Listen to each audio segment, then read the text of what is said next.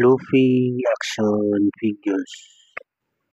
Ang size nila ay nasa 4 inches. Maliliit lang sila pero detalyado. Malaki ang kanyang kamay at mabigat. Meron itong support. Detalyado din yung pagkakasculpt nung sa ulo at mukha niya, pati sa kanyang katawan at mga suot. Meron din effects yung parang white.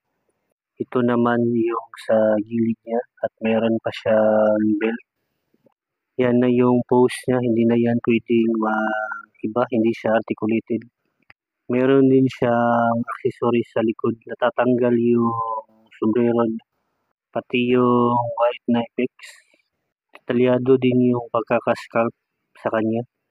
Dito naman sa kanyang kamay ay meron din mga effects yung parang kidlat. Detalyado din yung pagkakasculpt at malaki din yung kamay niya. Meron din siyang stand. Rubber din yung figure. Ito naman ay ganun din, malaki yung kamay at meron siyang effects na parang apoy. Iba lang ang kulay niya kaysa dun sa isa. Detalyado din yung pagkakasculpt nung sa mukha niya at pati sa buhok. Pati yung sa suot niyang damit.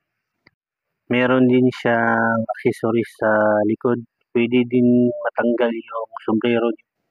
Ayos din yung pagkakakulay sa kanya. Hindi siya articulated. Para lang siyang statue.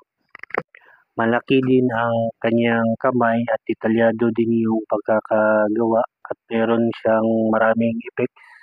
Natatanggal din yung mga effects.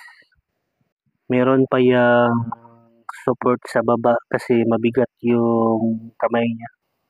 Yan yung parang stick, yan yung support ng kamay niya. Meron din siyang stand. Hard rubber yung figure at mabigat.